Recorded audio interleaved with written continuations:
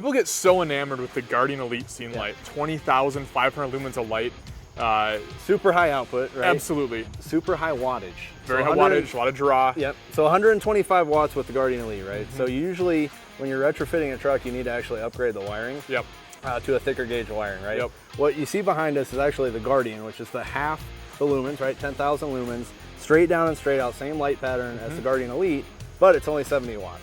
So you don't have to upgrade the wiring. You can do that in the firehouse. Yep. It's a pretty cool option, and after seeing it on this truck and using it at night, I'm super confident, recommending this to customers, right? 100%. 110 feet out about, straight down light on the side of the truck, and you only need one. Yep. And you're lighting up the whole side of this bumper. Super amazing. Look at this behind us here. We've got ground lighting. This is one Guardian back here. Right.